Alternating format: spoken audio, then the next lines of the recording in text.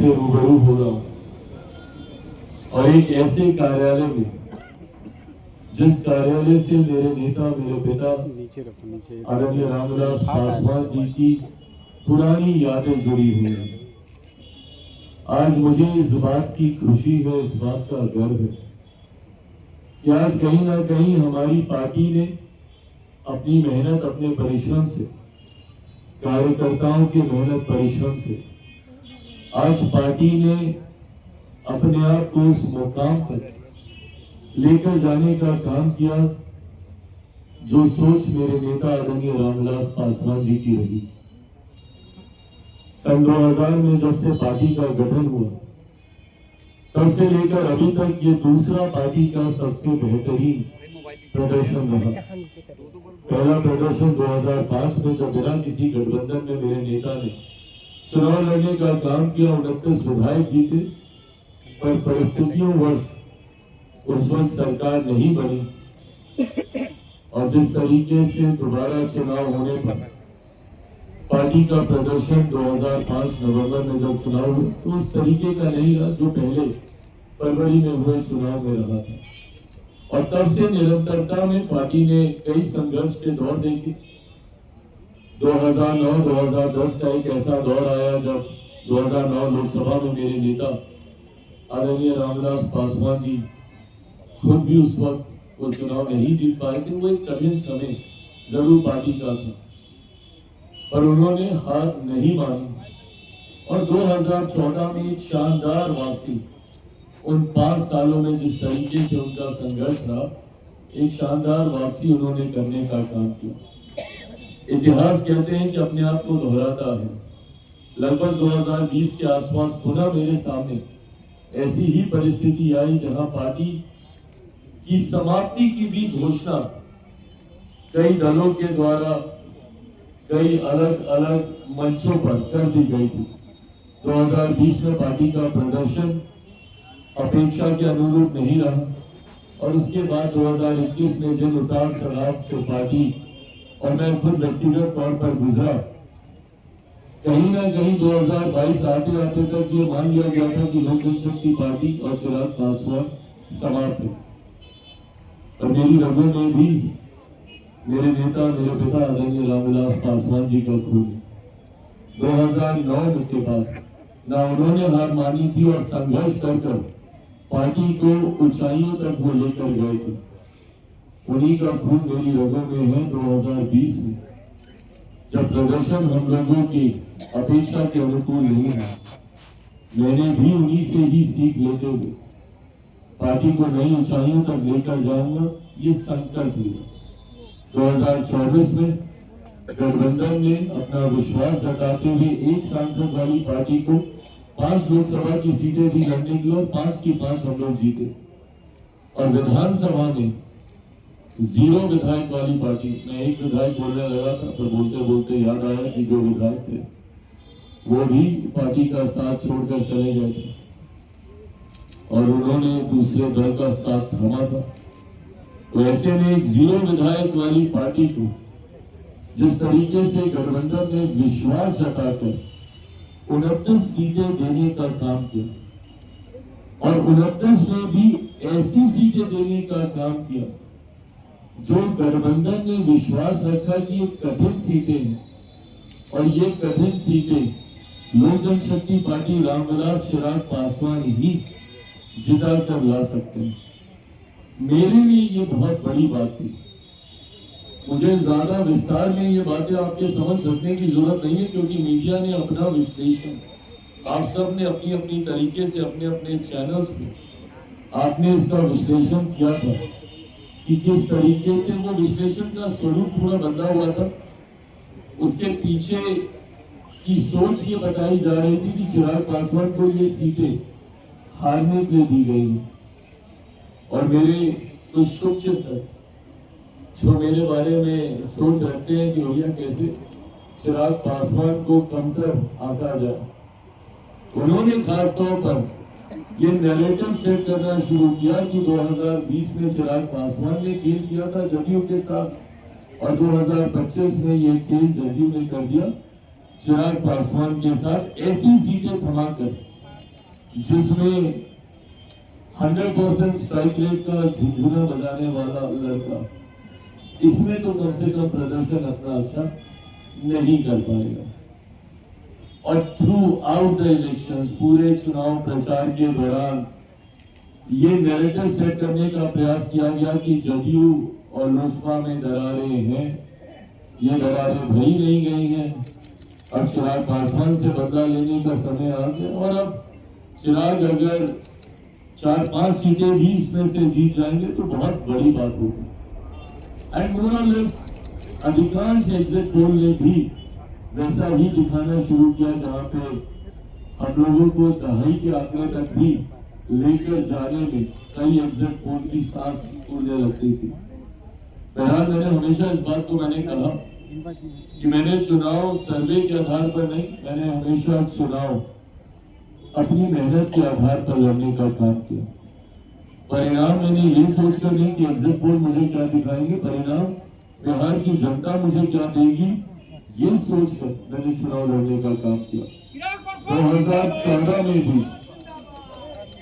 2014 में भी मात्र एग्जिट पोल, जब हम लोग 7 सीटें लड़े और 6 जीते थे, तो एग्जिट पोल मात्र 2 सीटें दिखा रहा, और कुछ जगह तो ये कह के दिखाई जा रही थी कि बस बाप बेटा ही, ये वर्ड इस्तेमाल किया गया था कि बस बाप बेटा अपनी सीटें जीतेंगे, जमुई से चिराग और हाजीपुर से मेरे नेता। और 2019 में भी जब 6 की 6 हम लोग जीते, तभी यही नैरेटिव सेट किया जा रहा था कि बहुत होगा तो 2 सीटें जमुई चिराग निकाल लेंगे, हाजीपुर इनके नेता के नाम पर उस वक्त हमारे चाचा चुनाव लड़ रहे थे, वो निकाल लेंगे। और 24 में तो हर कि भैया सिर्फ हम ही सीट निकाल पाएंगे, जमुई की 1 सीट निकल गई तो निकल गई, बाकी इनके जितने प्रत्याशी हैं उनमें से कोई चुनाव नहीं जीत पाएगा। मेरे 5 सांसद आज इस मंच पर आपके सामने मौजूद है। बहरहाल मैं एग्जिट पोल को मैं दोष नहीं देता, मैं दोष उन लोगों को देता हूँ जो ये नैरेटिव सेट करने का प्रयास करते हैं बार बार कि गठबंधन में दरारें, चिराग पासवान मुख्यमंत्री जी के बीच में दरार, लोजपा जदयू, और इन बातों को सहज स्वीकार करना भी आसान हो जाता है क्योंकि मेरा इतिहास भी ऐसा ही रहा है। 2020 में जिस तरीके से हमारी भूमिका रही, तो उस भूमिका के साथ जोड़ते हुए इन परिस्थितियों को जोड़ना आसान हो जाता था, और इसीलिए 24 के लोकसभा में भी यही परसेप्शन बनाया गया और यही परसेप्शन 2025 विधानसभा में भी बनाया गया। और मुझे खुशी है आज कि जिस तरीके से तमाम बातों को ध्वस्त करते हुए एनडीए का प्रदर्शन रहा, और जिस तरीके से विपक्ष के तमाम नेताओं की बातें, उनका भ्रम फैलाना, उनका फॉल्स नैरेटिव सेट करना सिर्फ बातें बनकर रहेगा। और जो बातें मैंने निरंतरता में कही थी, राजनीति का विद्यार्थी हूँ, बीइंग स्टूडेंट ऑफ पॉलिटिक्स, मैं भी अध्ययन करता हूँ, पढ़ता रहता हूँ निरंतरता में, साइकोलॉजिस्ट नहीं हूँ बट आंकड़ों को पढ़ता हूँ, आंकड़ों पे काम करता हूँ, और इसीलिए मेरा विश्वास हर बार गहराता है कि भैया इतना तो हम जीतेंगे ही जीतेंगे। और वो विश्वास जो मैं आप लोगों से संवाद के दौरान भी रखता हूँ, वो आता ही इन बातों को लेकर है क्योंकि मैंने उन आंकड़ों पे काम किया होता है। मैंने बार बार 2020 से इस बात को कहा, जब ये बात कही जा रही थी कि भैया राजद इतनी बड़ी पार्टी, राजद इतनी बड़ी पार्टी, उस वक्त के नेता प्रतिपक्ष, अब आज की तारीख में कौन होंगे कैसे होंगे नहीं पता, पर उस वक्त के नेता प्रतिपक्ष कि भैया वो एकदम मुख्यमंत्री बनने के समीप थे, बन ही गए थे, शपथ होने वाली थी। मैंने तब भी ये कहा था कि बिहार की जनता ने कभी भी उनको चुनने के लिए वोट नहीं दिया।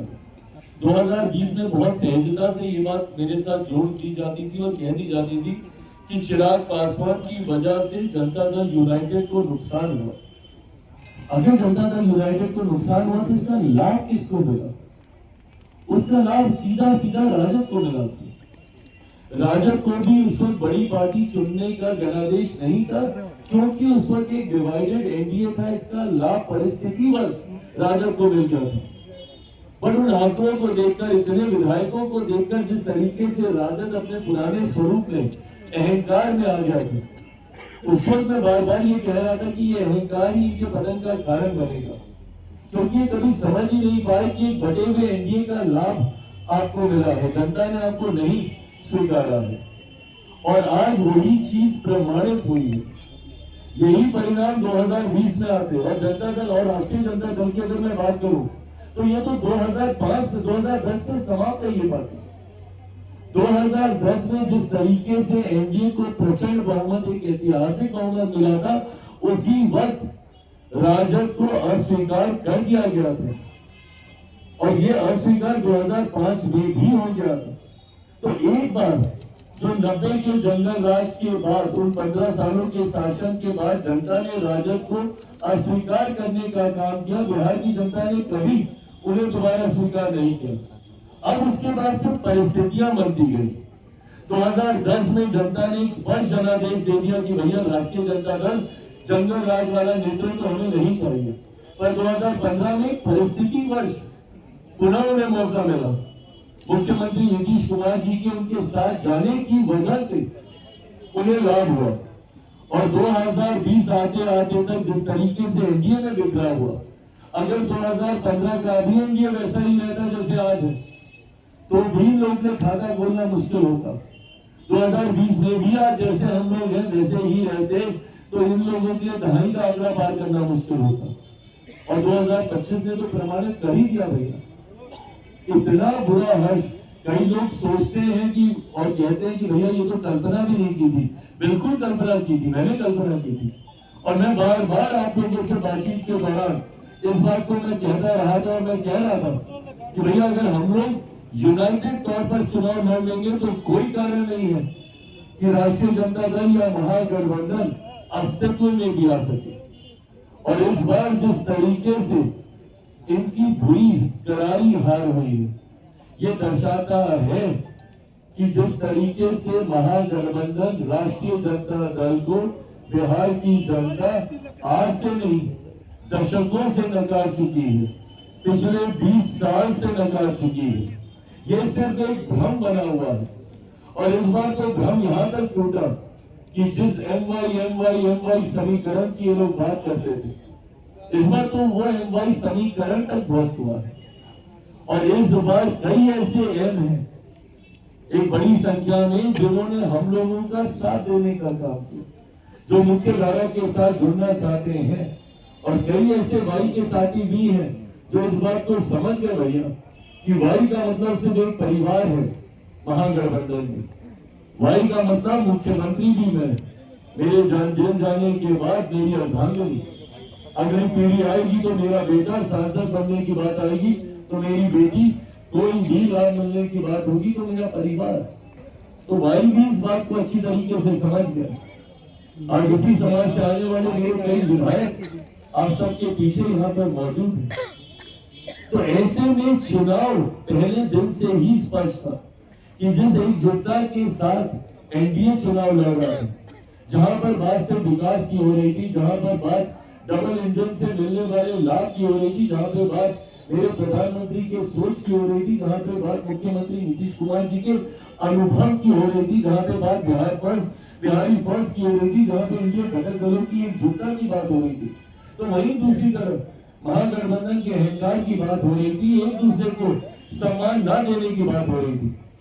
आप बताइए भैया ये कौन सहज स्वीकार करेगा कि इतनी माता बच्ची के बाद, हाथ पांव जोड़ने के बाद, एक दूसरे को हाथ दिलाने के बाद तो अपने मुख्यमंत्री के चेहरे पे सहमति दी।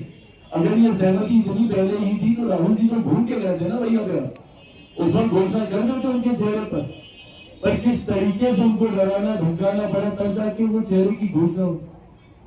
और एक और जो मुख्यमंत्री बनने के लिए भैया पूरी पार्टी को ही उन्होंने स्वाहा कर दिया। और उस पर भी अहंकार उस गठबंधन का देखें कि जनादेश अभी तक आया नहीं था और 18 तारीख को हम शपथ लेंगे, 18 तारीख को हम शपथ लेंगे। ये लोकतंत्र की भाषा नहीं है, ये अहंकार की भाषा है, ये तानाशाही की भाषा है। और जिसको 90 के दशक के बाद जनता ने नकारा तो आज तक उन्होंने कभी स्वीकारा नहीं।